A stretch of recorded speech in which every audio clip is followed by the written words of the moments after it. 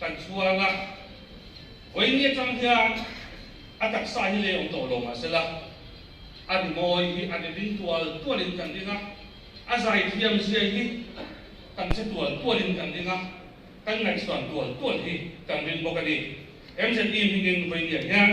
la amathanan nin kan dua ni pangai lo isa tuan bubin tualin ahun nunga amathanan kan sadana ni